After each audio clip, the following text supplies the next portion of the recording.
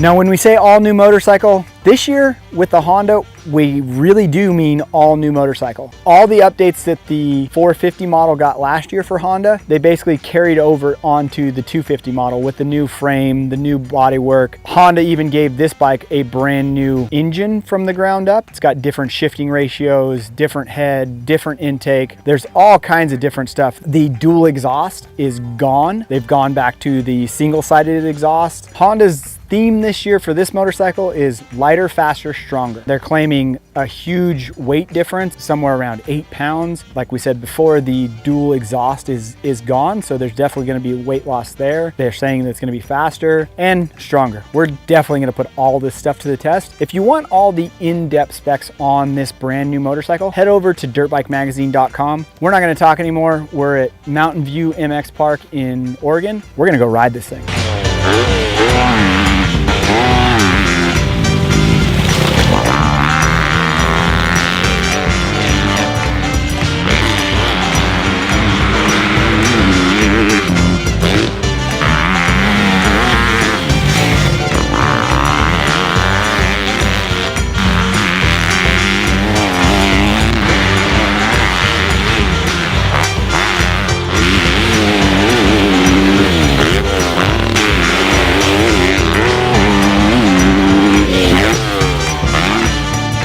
So we just finished our first day of testing on the 2022 Honda CRF250R. This bike feels nothing like the bike last year. It feels a lot thinner, a lot more compact. It's a lot easier to flick around. You saw the rider in this particular video is Carson Brown. We're pretty convinced that Carson can whip just about anything, but he did mention that it was easy to flick around. I noticed that it was easy to throw around in the air. When you slide back on the bike, it doesn't feel as wide because there isn't that extra pipe on the other side. It does have a little bit better bottom end, a stronger pull through the mid, and in like the aggressive map, it has a little bit more over rev on top when it comes to motor wise. Suspension wise, we kind of chase the front end a lot at this particular track because it's kind of slick, and especially when it gets water on it, it's even more slick. So we're not sure if the chasing of the front end and the knifing of the front end is track condition, or if when we get it back to tracks that we're normally used to riding on, if that chasing the front end is going to be the same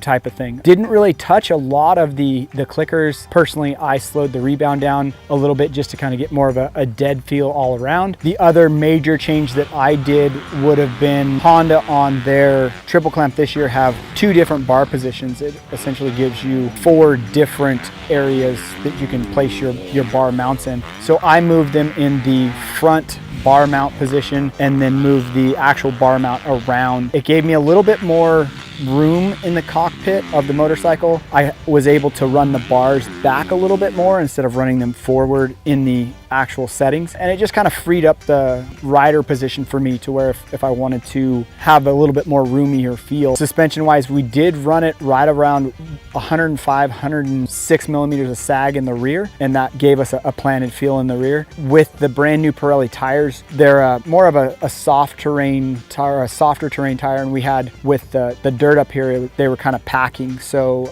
like in the front knobs clogged up the knobs a little bit, and we're wondering if maybe that might be a little bit more of the front end chasing feeling that we were feeling. But overall, this motorcycle, it's only our first day of testing. Like I said, we had Carson Brown ride this bike. We had his girlfriend Claire actually rode this motorcycle to give us just different opinions. I rode it. So overall, it's a great starting point for the motorcycle for this year. We feel that it's a better starting point than what they gave us the 450 model at for this 2021 season. Again, this is our first day of testing on a track that some of us have never been to. Some of the terrain up here is not what we're used to. So we're really looking forward to getting it back to Southern California, riding it around the tracks that we're used to riding, so we know exactly how it goes. Oh, and I almost forgot to mention the mapping. The on-the-fly mapping capability that a lot of the manufacturers are bringing out, and Honda has 3 different maps that you can run.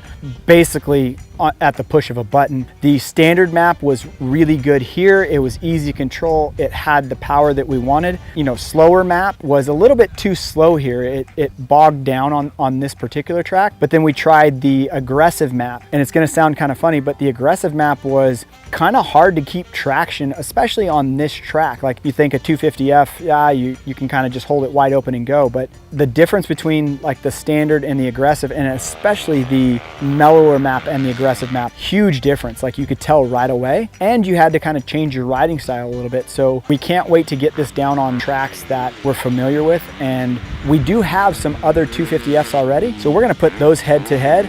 Don't forget, shootout season just around the corner, and we're going to throw this bike in the ring with some of the other manufacturers' 250s and see how it stacks up for the 2022 Dirtbike Magazine 250 shootout. Don't forget, this is our first day of testing on the all-new Honda. We are going to put a lot more time on this motorcycle. There will be an in-depth test in an upcoming issue of the printed magazine, and check back to dirtbikemagazine.com for that test as well.